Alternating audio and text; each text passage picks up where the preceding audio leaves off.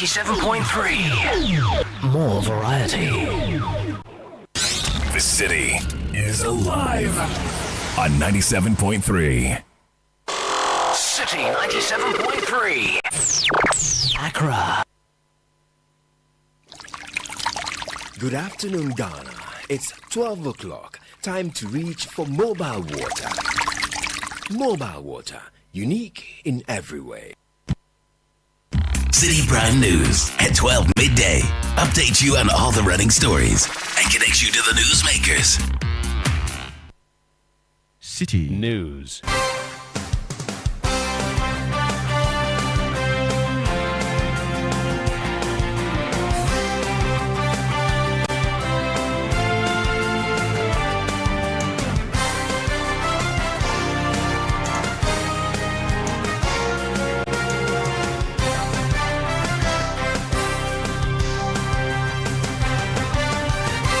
It's midday. Hello, good afternoon, and welcome to the City Prime News. We're coming to you live from our studios at number 11. Dr. Martin Loop in Adabraka, Accra. I am Adwoa, Tenkoramaa, Domena. Coming up. The case management is fully in operation. There is no cause of alarm. Let us remain calm, and I believe that it will not be out of control. Health Minister Kwabena Akando calls for calm amid cholera and cerebrospinal meningitis outbreak. Meanwhile, he is in Parliament this afternoon to provide updates on measures to tackle the disease's outbreak. Also coming up, President Mahama sets tone for asset declaration by appointees as he officially declares his assets. I've asked the Chief of Staff to send word to all appointees to ensure that they declare their assets by the end of the first quarter of this year. That is by 31st March 2025.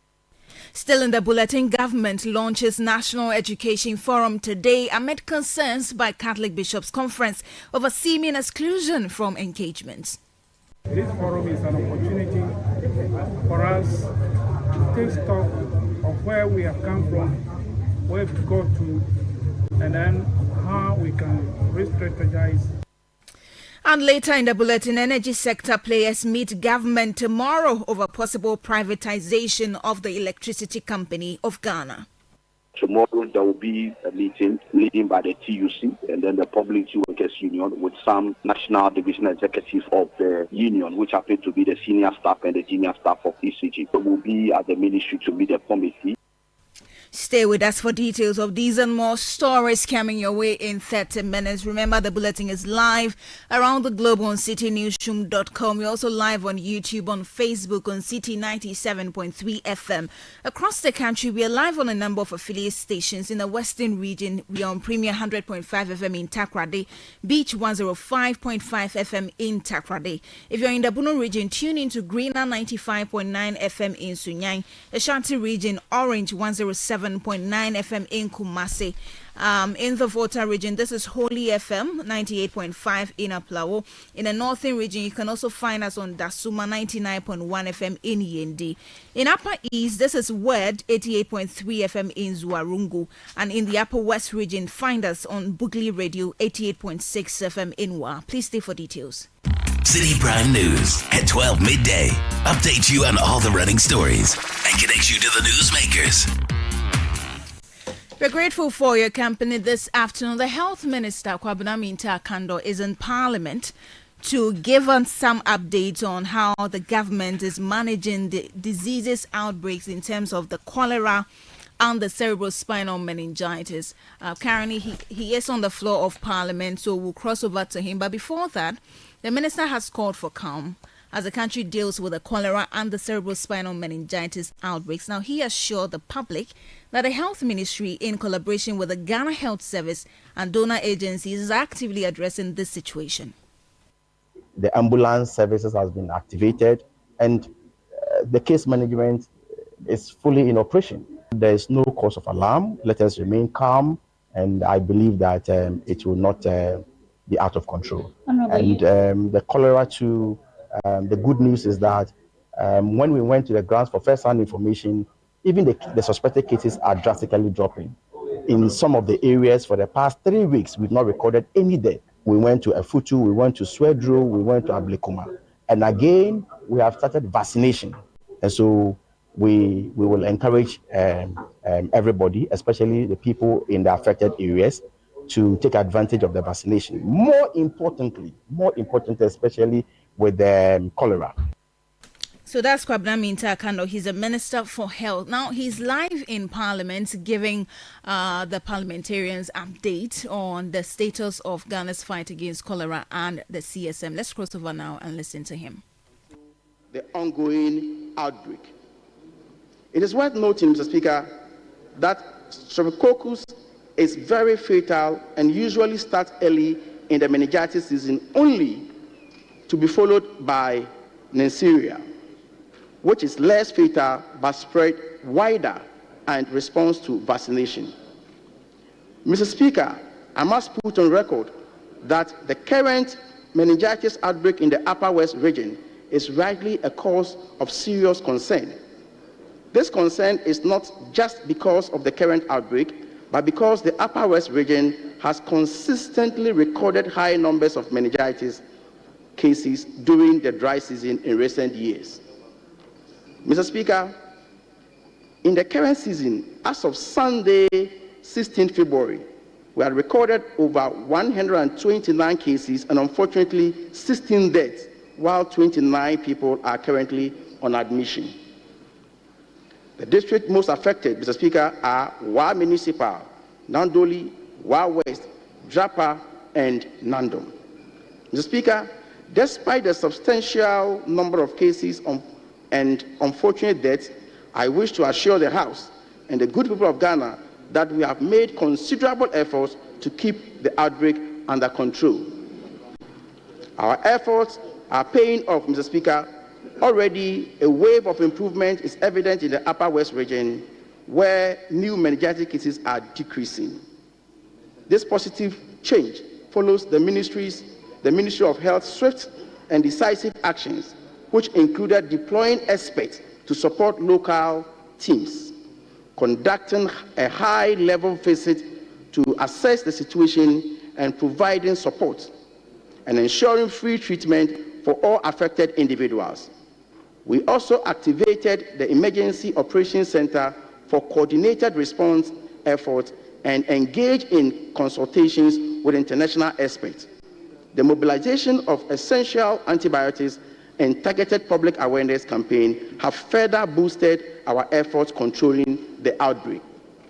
Mr. Speaker, please permit me to highlight some of the specific measures by the Ministry of Health and its partners in response to the meningitis outbreak.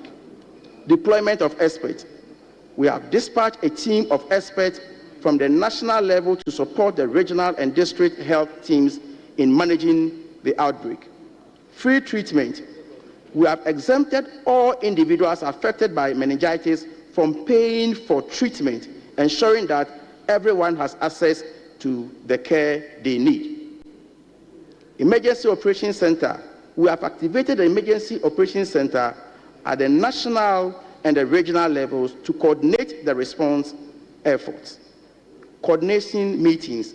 We are holding weekly coordination meetings with meningitis experts from the World Health Organization to ensure that our response is aligned with international best practice. Mobilization of antibiotics. We have mobilized additional antibiotics to support the regional medical stores, while ICG has also approved 10,000 vials of ceftriaxone, the antibiotics used in treating meningitis, to ensure that there is no shortage of essential medicines. Public awareness. We have launched intensive public education campaigns to raise awareness about the signs and symptoms of meningitis and encourage early reporting to health facilities. Community engagement. We have engaged with the community leaders and opinion leaders to solicit their support in raising awareness and encouraging community participation in the response. High-level visit. The minister responsible for health, myself, and the Director General of the Ghana Health Service have conducted a high-level visit to the affected communities to assess the situation and provide support. International assistance. We have also secured technical assistance from the WHO through delegation of an expert to help us improve our management of meningitis outbreak in the Upper waste. Human metapneumovirus. Mr. Speaker, we have also identified a single case of human metapneumovirus, HMPV, in the country. Human metapneumovirus, HMPV, is a respiratory virus that can cause a range of respiratory illness from mild cold-like symptoms to severe pneumonia. While it can affect people of all ages, it is most commonly seen in young children, older adults, and those with weakened immune system. In response to recent increase in respiratory cases in China and some temperate countries in December 2024, as part of our routine surveillance, we commenced testing for human metapneumovirus HMPV this year in January 2025. So far, a total of 90 samples have been selected for testing, and only one positive case has been detected for HMPV. This was detected from an elderly person. Mr. Speaker, I want to assure the House that the risk of HMPV in Ghana remains low. As you can see, we have a robust surveillance system in place to monitor for respiratory viruses, including HMPV. In fact, these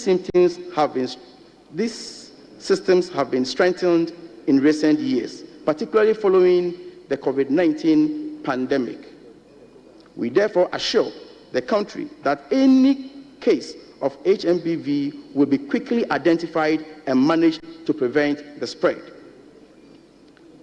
Mr. Speaker, the Ministry of Health is fully committed to working with our partners to control these ongoing outbreaks and to protect the health of all Ghanaians. We have implemented a range of measures to address these challenges, including strengthening surveillance to detect and track cases, providing timely and effective treatment to those affected, raising public awareness about prevention and control measures, collaborating with local and international partners to coordinate our response. In addition to these technical interventions, in line with the aspirations of His Excellency John Dramani Mahama's government, I would like to emphasize that effective control of this outbreak is of utmost importance to my office.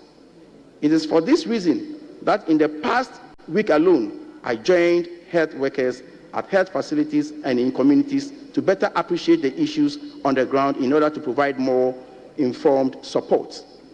Mr. Speaker, together with my team, we have been to the following places: Upper West, Meningitis Response, the Regional Health Directorate, Warnas Palace, Nadoli District Hospital, Queens of Peace SHS, War Regional Hospital, and then in Greater Accra for the cholera response.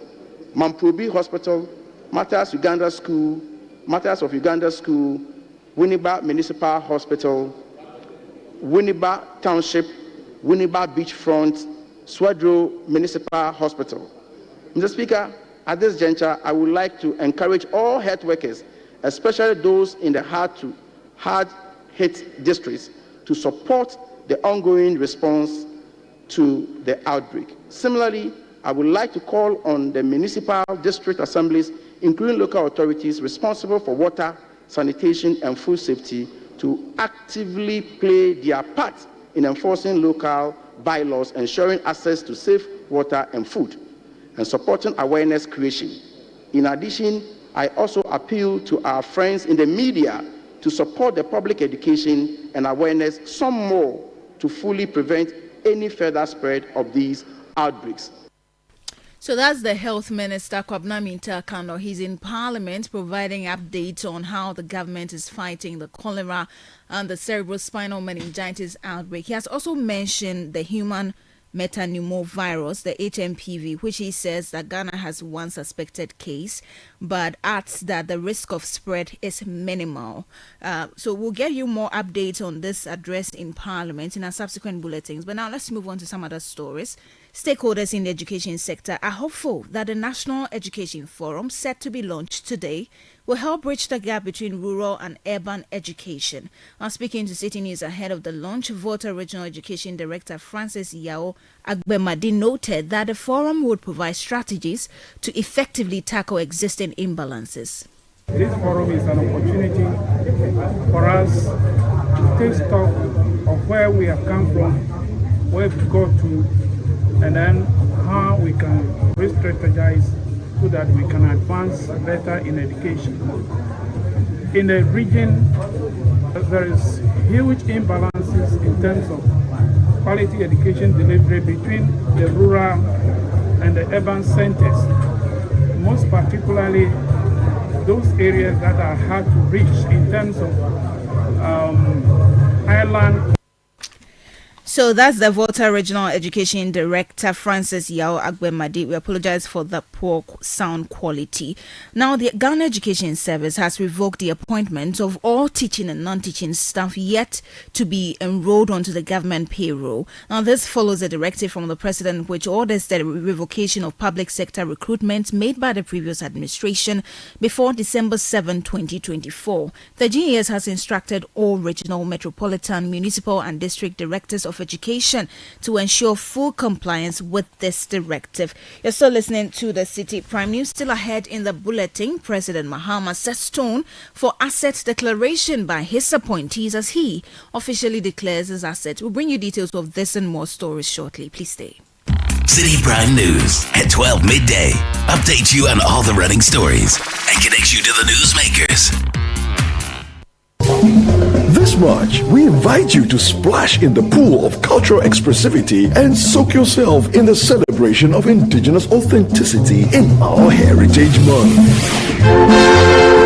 Join us for the Heritage Month launch on Friday, February 28th as we kick off a month of unforgettable experiences. Pack your bags for the Heritage Caravan, a week-long adventure across Ghana from March the 2nd to the 9th. Discover the beauty and history of our land. It's an opportunity to see Ghana in a more beautiful and the people, the connection. Savor the flavors at the Back to Your Village Food Festival, a culinary extravaganza on March 29th and 30th. The millet tozafi, the corn tozafi, we have the tubani, we have the wache, we have the dawadawa jollof rice. We also serve the local northern beverages. That's Bito and Zonko. Taste the essence of Ghana. The first one I was here, the second one I was here, the third one I was here, this one and the fourth one. And it's not just a bazaar, it's a festival now. And I'm so excited because this is what we should be doing. Tune in to the Heritage On Air series on 97.3 Citi FM and Channel 1 TV. Each week, delve into what makes us Ghanaians. The Owusu is a general account name. It's Dev's character. Owusu. So that is why the appellation is Owusu Eduam. You see, when an Asante is Eduam, it means something that belongs to him. So Dev's character, he comes to you and grabs you as if it belongs to him. Explore our places of interest, feel the rhythm of our music, journey through our religious history, and indulge in indigenous Ghanaian food. Join us to celebrate our heritage this Heritage Month, where every moment is a story. Only on Channel 1 TV and 97.3 Citi FM. Let's get to Hayford, Mensa Saba, background, Sagin Ajete, and all who. City Prime News at 12 midday. Update you on all the running stories and connects you to the newsmakers. Welcome back to the bulletin. Let's bring you some other stories. Now, President John Dramani Mahama has officially declared his assets in accordance with Article 286 of the 1992 Constitution and the Public Office Holders Declaration of Assets and Disqualification Act 1998, Act 550. Now, this declaration submitted to the Audit Service and received by Auditor General Johnson Ekwuamo-Esiedu outlines the President's properties and assets. He has also directed all his appointees to declare their assets by March 31, 2025, warning of potential removal from office for non-compliance. I've taken this step of presenting these forms publicly as a way of injecting some openness and transparency into the process of assets declaration. I've always maintained that while it is all well and good to punish corruption, a more effective way of addressing the canker is preventing it from occurring in the first place. I honestly believe that if properly curated and enforced, the assets declaration process can become a sustainable tool for tackling corruption. Corruption by nature is insidious and thrives under the cover of darkness. The more light that is shone on it, the more likely that it will be fought successfully. I've also taken this step to send an unmistakable signal to all public office holders, especially those that I have appointed, that I take the declaration of assets very seriously and expect full compliance from them. I've asked the Chief of Staff to send word to all appointees to ensure that they declare their assets by the end of the first quarter of this year, that is by 31st March 2025. You heard President John Dramani Mahama. Meanwhile, the Auditor General, Johnson Ekuramoesiedu, has assured the public that a thorough review of the asset declarations will be conducted to ensure some details are not hidden. When we are looking at it, what we are looking at is whether you have not left any blank spaces, whether you have not left your bank balances. Some may list all the banks that they have, but there will be no balances at it, and we will call you to come and redo it. That's the extent to which we do this. If you say you have 10 bank accounts and you bring it to us, how are we to be sure that indeed it is only 10 bank accounts that you have? If you say you have 2 buildings, what can we do to ensure that it is exactly the 2 buildings that you have? So reviewing the Constitution, as His Excellency has said, I think it's a very, very important issue that we have to take seriously. And we also support the publishing. If you submit your assets and declaration forms, we should be able to publish it freely. And the time that you are leaving office too, we will publish it to see the changes that have happened ever since you started. Johnson Ekuramoesiedu is the Auditor General. Away from that, the Office of the Special Prosecutor has charged 6 individuals with corruption and payroll fraud at the High Court in Tamale. Now the accused Yakubu Tahidu, Abdullahi Abukari Sadiq, Sami Souk, Muhammad Yusuf J, Stafford Kolete Azude Bars, and Osman Ishahak face 17 counts of corruption-related offences. The case referred by the National Security alleges that Yakubu Tahidu continued receiving government salaries after leaving his teaching position for a role at the Microfinance and Loan Center, Maslok. The accused are set to face trial as investigations continue. The government will meet with energy sector stakeholders on Wednesday, February 19 to discuss concerns over the privatization of the Electricity Company of Ghana. Now, this follows fresh opposition from the Trades Union Congress, TUC, and the Public Utilities Workers Union, PUU, who argue that a privatization will not solve the company's challenges. Deputy General Secretary of PUU, Reverend Enoch Paul Hayes, confirmed that they have been invited to engage with the committee overseeing the privatization process to present their concerns.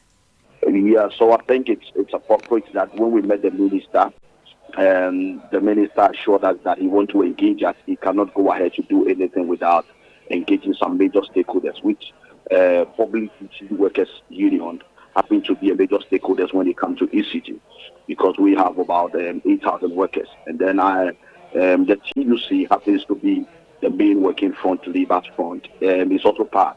So tomorrow there will be a meeting that is leading by the TUC and then the Public Utility Workers Union with some national division executives of the union, which happen to be the senior staff and the junior staff of ECG. So we'll be at the ministry to meet the committee, and then we expect that we will put in place some of the things we expect them to know, and then what we also know from our point of view as major stakeholders within the few years ministry or the minister can rather put in place to make ECG better. Tomorrow is 9. That's a Deputy General Secretary of the Public Utilities Workers Union, Reverend Enoch Paul Hayes. The Media Coalition Against Illegal Mining is calling on the Minister for Lands and Natural Resources to back stakeholder engagement with concrete actions to combat illegal mining. The coalition argues that while discussions are important, tangible steps are needed. Convener of the group, Dr. Kenneth Ashube, in an interview with Citi News, urged the ministry to initiate the repeal of the legislative instrument that permits mining in forest reserves. Definitely one of the solutions to this problem is the involvement of our local authorities in the fight. But you can't still continue to be doing engagement whilst the illegality is continuing. So you would hope that as we do these engagements, we would also see some action. so far as the fight is concerned. It is sad that as of now, we have not heard anything about the repeal of the LI 2462, which NDC in opposition were even ready to file a private member's bill. By this time, you would have thought that the Attorney General would have sent a bill to Parliament to seek to withdraw it. We know of incidents where some illegalities are continuing. What actions, concrete actions, are being taken so far as that is concerned? His Excellency the President has read the Route Act to the Interior Minister, the Minister for Defense, and I'm sure the Minister for Lands and Natural Resources. We are not seeing anything happening concretely on the side of the enforcement. That's Dr. Kenneth Ashibe. He's convener for the Media Coalition Against Illegal Mining. Now, the Ghana Football Association, GFA, has charged Elmina Sharks owner Dr. Papa Kwesi Ndum with alleged breaches of the Division 1 League regulations and the GFA disciplinary code. Now, this follows an incident during a match between Elmina Sharks and Swedro All Blacks at the Dr. Ndum Sports Complex, where he reportedly entered the field without authorization to protest a penalty decision. The GFA also accuses him of inciting players, officials, and fans against match officials and using social media to escalate tensions. Dr. Ndum has until Wednesday, February 17 to respond to these charges. Meanwhile, Elmina Sharks Public Relations Officer Kingsley Smith Arthur has distanced the club from the attack on referee Eso Dom Morrison, stating that those involved were imposters whose actions have tarnished the club's reputation. The player who pointed out one of the imposters to be coming from Swedro, he said he saw this man at Swedro when we went to play the first league. So he brought that imposter out. So the imposter hit the player. So the player in return was in a banter with the imposter. At that material time, the imposter, after hitting the player, went to held the referee. If you look at the videos carefully, there is a gentleman in white attire who is holding the referee. And at the back of the attire, they have written Elmina Shark. These are the people who are calling imposters. We have their videos and everything that we are ready to release. So it was that man that hit the player. And it was that man that the player was having the issues with. Because the player had called out that he is from Swedro and he saw him when we went for the first leg. So no player attacked the referee. You heard the Public Relations Officer of Elmina Sharks, Kingsley Smith Arthur. Now, the Evangelical Presbyterian EP Church of Ghana has provided relief items to students of Saboba EP Senior High School following a fire that destroyed the girls' dormitory and claimed the life of a first-year student. Led by the general moderator, the church donated mattresses, sanitary parts, underwear, exercise books, sachet water, and hand sanitizers. Right Reverend Dr. Blaise Divine Kofi Akbeko expressed sorrow over the tragedy and assured the school of the church's commitment to its rehabilitation. With our mission, we have the Bremen mission in Germany. We are part of that mission, and they also gave their support for us to be able to do this. So it has local content, and then the contribution from the wings of the church, like the women ministry and other donors. So putting all this together, we've come to respond to this, and we'll still be with you in the process of reconstructing the dormitory. And so whatever it is, we are concerned and we want to know the extent to which we can go in doing it so that we get everything back to normal. And so on behalf of the Evangelical Presbyterian Church, as a symbol of we responding to the SOS call, we are giving you these exercise books for the student who lost everything in the dormitory can still take notes and get themselves abreast with time. You heard the moderator of the General Assembly of the Evangelical Presbyterian Church Ghana, Right Reverend Dr. Blaise Divine Kofi Akbeko. The headmaster of the school, Prosper Kofi Tedoku, also expressed gratitude, noting that the assistance had come at a critical time. On behalf of the Board of Governors of the school, management, staff, students of this institution, we express our sincere appreciation to the EP Church Ghana and the partners for coming to our aid and donating all these items that we see here today. We really were not expecting them. It came as a surprise to us, And this really shows that the school belongs to the EP Church. And I'm very proud to be a member of this church. We are most grateful to you, and we pray to the Almighty God that more items will come into our aid. That was Prosper Kofi Tedoku. He's headmaster of the Saboba EP Senior High School. And that brings us to the end of today's edition of the City Prime News, which came to you live from our studio in Adabraka, Accra. For more news, please log on to citynewsroom.com. I am Adwoa, Tenkoramaa, Domena. Many thanks for your company. Good afternoon. City News. We speak first.